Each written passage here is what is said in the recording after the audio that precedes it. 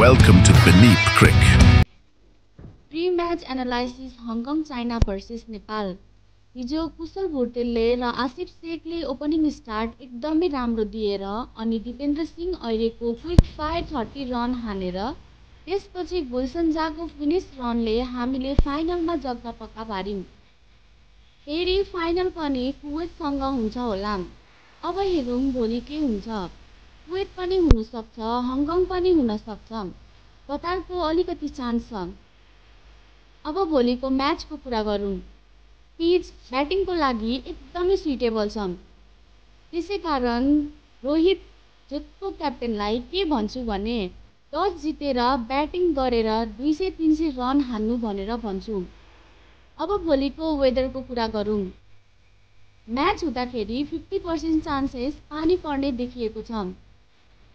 कुशल मल्ललाई राखेर लोकेश कमलाई खेलाउनु पर्छ किनभने कुशल मल्लको फर्म राम्रो छैन।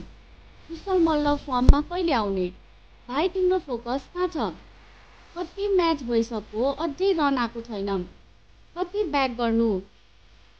रोहितको कुरा नगरी मेरो आत्माले सुकुन नै पाउँदैन किनभने मेरो फेभरेट प्लेयर हो। उल्टोबाट मलाई खाना पनि रुच्दैन हाम्रो जोतको क्याप्टेनको कुरा नगरी। हिजो के गरेको?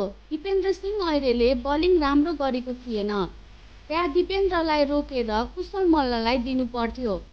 लास्टमा बुद्धि आयो र कुशल भुटेललाई दिनुभयो अनि कुशल भुटेलले विकेट पनि निकाल्यो।